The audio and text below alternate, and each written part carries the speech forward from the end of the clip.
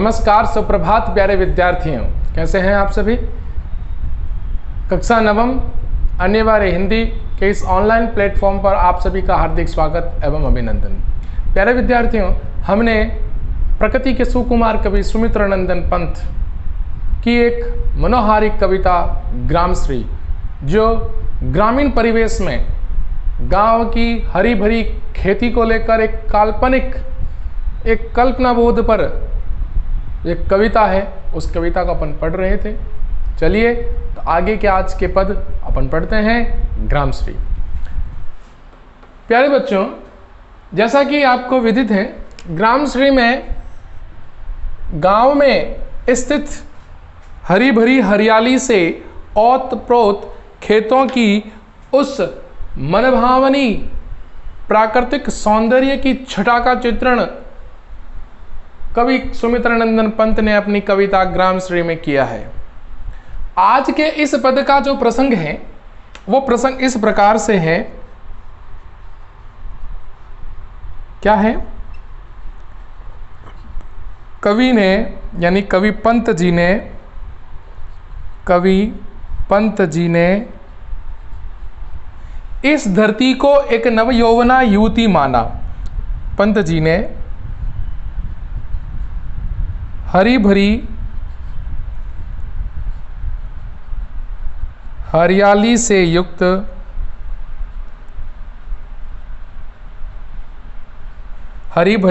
हरियाली से युक्त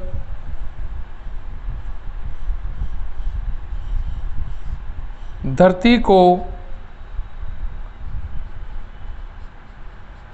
युवती मानकर,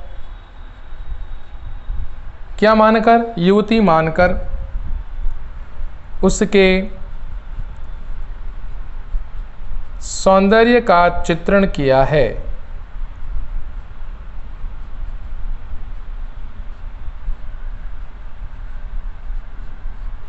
किसने चित्रण किया? सुमित्रानंदन पंत ने। यानी इस धरती को सुमित्रानंदन पंत ने क्या माना है?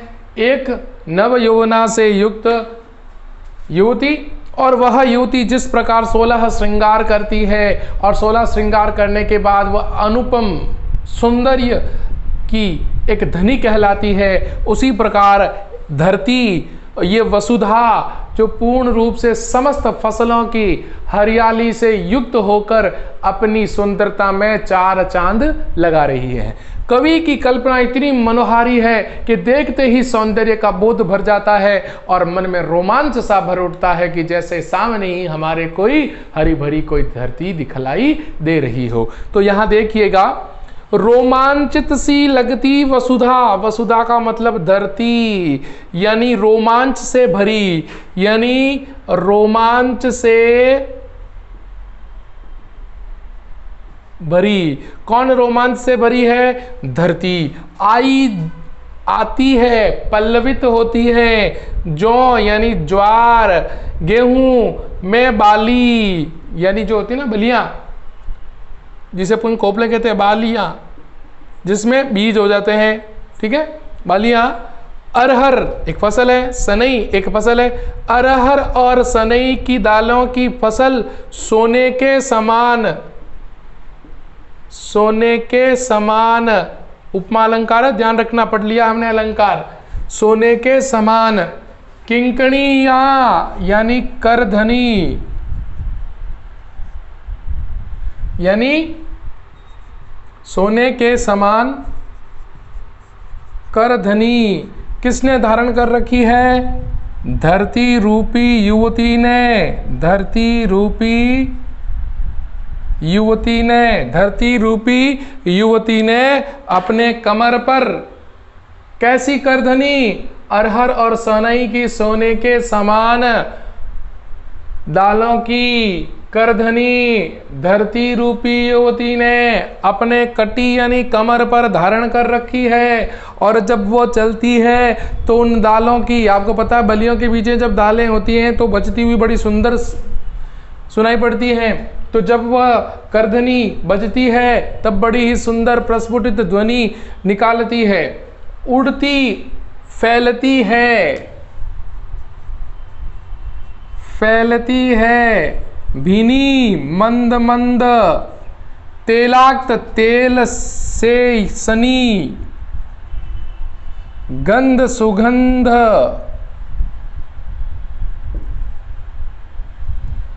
फूली सरसों, पल्लवित पल्लवित सरसों, सरसों की पीली पीली, पीली पीली यानी पीले वर्ण लिए, पीला वर्ण लिए। लो लीजिए, हरित हरे भाव से युक्त, धरा धरती से झांक रही है, नीलम की कली, तीसी नीली यानी नील वर्ण की फसल, नीलम सखियों के रूप में धरती की आभा को झांक रही है।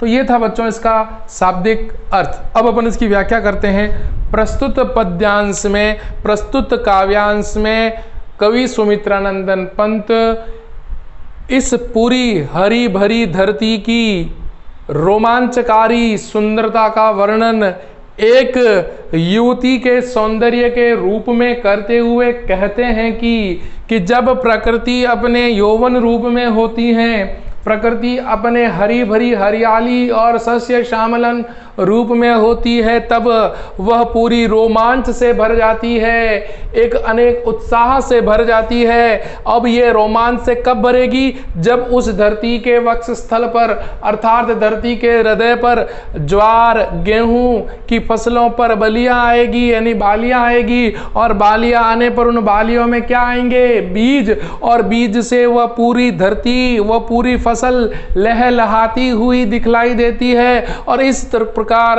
सस्य श्यामला से भरी हुई धरती बड़ी रोमांच सी प्रतीत हो रही है।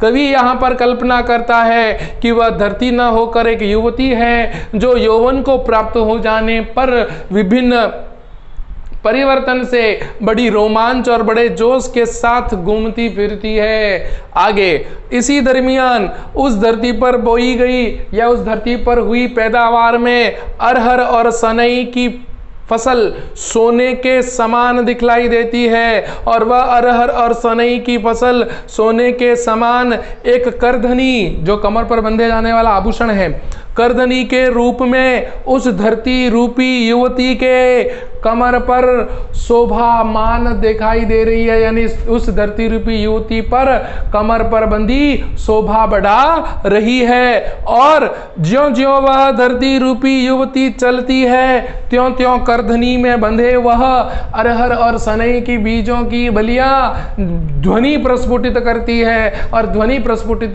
मेरे मन को अत्यधिक आह्लादित और प्रसन्नचित कर देती है।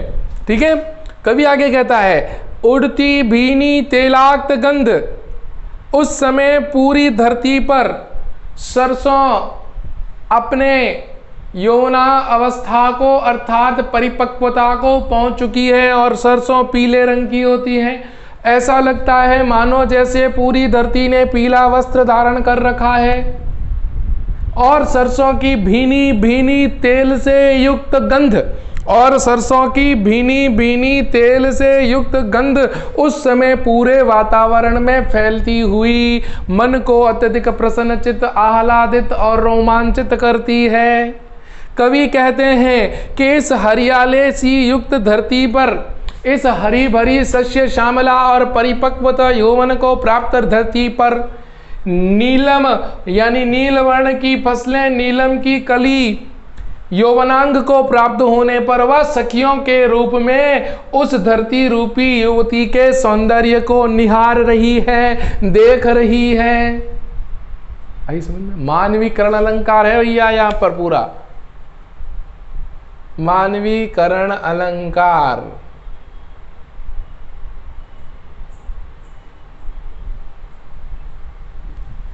आई बात समझ में?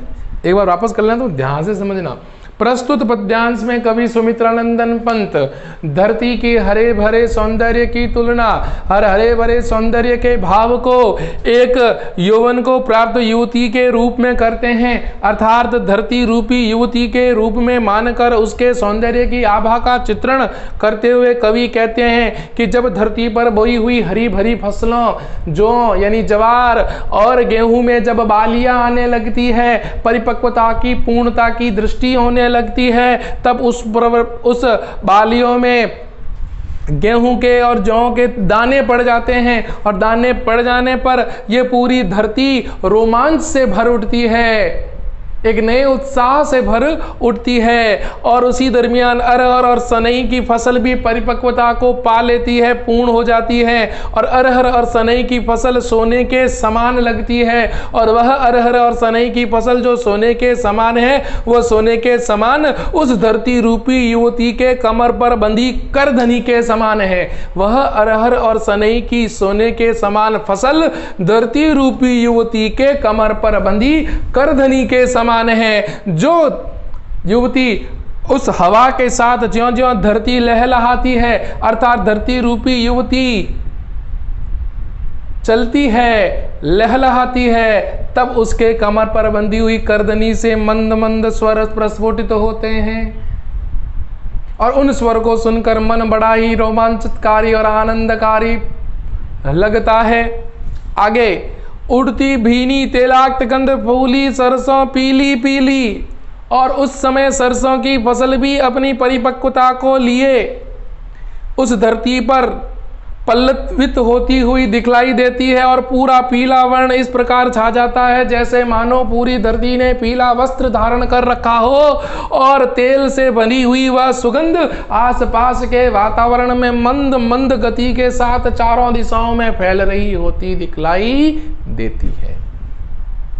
लो धरती धरा से झांक रही, इसी दरमियान नील वर्ण की छोटी नीलम की फलियां जो कि नीले रंग की है, एक नव युवती की तरह, एक सखियों की तरह अन्य सखियों के साथ वह धरती की हरी भरी हरियाली को देख रही है, झांक रही है, उसकी सुंदरता को निहार रही है। ये था अपना पहला पद्यांश। समझ में आया? चले आगे चले। अब जो यहां पर दिखलाई दे रही है, वहां पर भी कवि ने क्या कहा है, देखिएगा, इसका प्रसंग भी लिख लेते हैं अपन।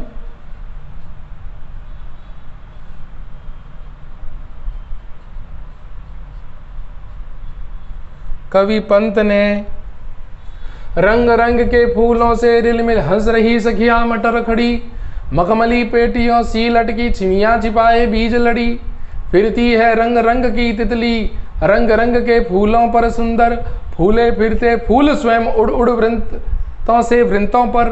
यानी प्रस्तुत पद्यांश में कवि पंत ने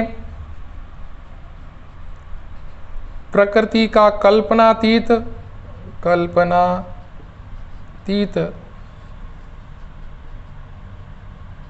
सौंदर्य का चित्रण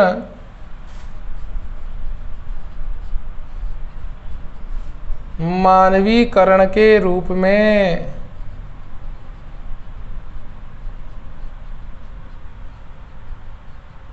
करते हुए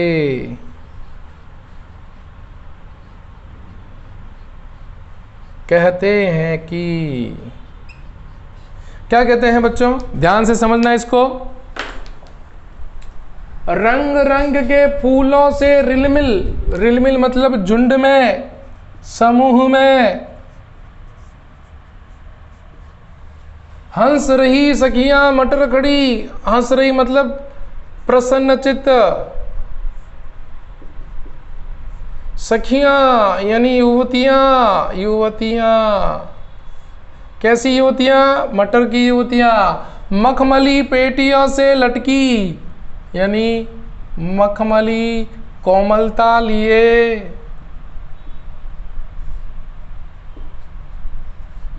विभिन्न पुष्पों के साथ,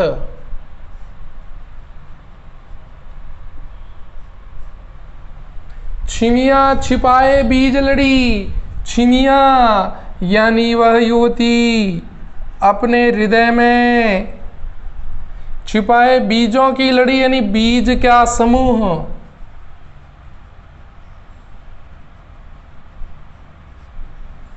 फिरती है रंग रंग की तितली, यानी फसल के अनुरूप ही अनेक प्रकार की तितलियां अनेक अनेक रंगों को धारण करती हैं। रंग रंग के फूलों पर, उस समय हरे भरी हरियाली पर अनेक प्रकार के रंग बिरंगे फूल लगे हैं और उन फूलों की आभा को लिए इधर उधर डोल रही है। फूले यानी प्रसन्नचित्त, प्रसन्न भाव से, प्रसन्नचित्त भाव से फिरते हैं, भ्रमण कर रहे हैं, घूम रहे हैं। फूल स्वयं उड़ रहे। वृंत, वृंत का मतलब होता है डंठल, डंठल से डंठल पर, यानी फूलों से फूल स्वयं उड़ते हुए दिखलाई देते हैं। किसके रूप में? तितली के रूप में। तो आइए अपन इसकी व्याख्या करते हैं। प्रस्तुत पद्यांश में कवि पंत ने प्रकृति का कल्पनातीत मानवीकरण रूप में चित्रण कर मनोहारी दृश्य प्रस्तुत किया है। उस मनोहारी दृश्य में वो क्या बताते हैं कि रंग रंग के फूलों में रिलमिल इस समय प्रकृति अपने हर पल, हर क्षण, प्रतिपल अनेकों प्रकार के रंगों को धारण करती है, अनेक प्रकार के रंगों का वह रूप धारण करती है। हंस रही सखियां मटर खड़ी, उस समय मटर की फसल पूर्ण रूप से परिपक्वता लिए हुए थी और मटर की वह छोटी फसल, मटर छोटी फसल होती है, तो यहाँ पर कवि ने छोटी छोटी युवतियों की, जो अभी बचपन की युवतियां हैं, उन छोटी छोटी युवतियों को मटर की फसल के रूप में प्रसन्नचित्त मुद्रा में पूरे समूह के साथ, झुंड के साथ उस प्रकृति की आभा, उस प्रकृति के गोद में खेलते हुए दिखाया है। प्रकृति की गोद में खेलते हुए दिखाया है। अरे मखमली पेटियों से लटकी और उन मटर के पौधों पर मखमल रंग के नीले नीले फूल दिखलाई देते हैं और उन पुष्पों के साथ, उन कोमलता लिए पुष्पों के साथ वह मटर की फसलें अपने हृदय में, यानी अपने वृत्त में बीजों को लिए, मटर को लिए बीज छुपाए खड़ी है, अर्थात मन की प्रसन्नता छुपाए उस समय वहां पर खड़ी है। मन की प्रसन्नता छुपाए वहां पर खड़ी है। फिरती है रंग रंग की तितली, रंग रंग के फूलों पर सुंदर, और उस समय उन फसलों पर रंग बिरंगे पुष्प खिले हुए हैं और उस रंग बिरंगे पुष्प के आप सुंदरता को, रंग बिरंगे पुष्पों के भावों को लिए, रंग बिरंगे पुष्पों के भावों को लिए वो तितलियां अपना रंग बदलती रहती है। प्रतिक्षण हर पल अनेक अनेक फूलों पर बैठकर अपना रंग, अपना रूप परिवर्तित कर देती है और बड़े प्रसन्नता के साथ एक फूल से दूसरे फूल पर मंडराती हुई दिखती हैं। और तितलियों का इस प्रकार प्रकृति में फूलों पर मंडराना मानो ऐसा लग रहा था कि जैसे स्वयं फूल, स्वयं परिपक्व हुए वो फूल एक फूल से उड़कर किसी और दूसरे फूल पर बैठ रहे हैं, अर्थात उड़ उड़कर वृंतों से वृंतों पर, अर्थात ये पुष्प तितलियों के रूप में, तितलियों की आभा के साथ लिए वह रंग बिरंगे पुष्प, वो रंग बिरंगी तितलियां रंग बिरंगे फूलों पर उड़ उड़कर एक फूल से दूसरे फूल पर जाती है। मानो ऐसा लगता है कि वह कोई तितली नहीं बल्कि एक पुष्प है जो एक पुष्प से उड़कर दूसरे पुष्प की आभा को लिए इधर उधर मंडराता हुआ दिखलाई देता है। तो इस प्रकार कवि पंत जी ने प्रकृति का बड़ा ही मनोहारी चित्रण हमारे सामने प्रस्तुत किया, जिसमें उन्होंने फसलों को युवती के रूप में हमारे सामने, हमारे समक्ष प्रस्तुत किया और उनकी आभा, उनकी अटखेलियों को, उनकी बाकेपन को हमारे सामने प्रस्तुत किया। तो आज हमने 2 पद्यांश पढ़े हैं। आशा करता हूँ आपकी ये दोनों पद्यांश समझ में आए होंगे। प्यारे बच्चों, अगर अपन इसकी आज के इस भाव सौंदर्य और काव्य सौंदर्य की चर्चा करें तो भाव सौंदर्य तो मैंने आपको इस व्याख्या के अंतर्गत बता दिया है। काव्य सौंदर्य की बात करें अपन यहाँ पर तो सबसे पहले तो भाषा सहज, सरल एवं सुबोध है।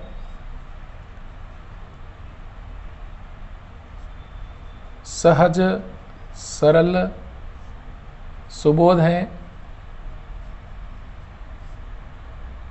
तत्सम तद्भव शब्द लिए हुए हैं, तत्सम तद्भव शब्द लिए हैं।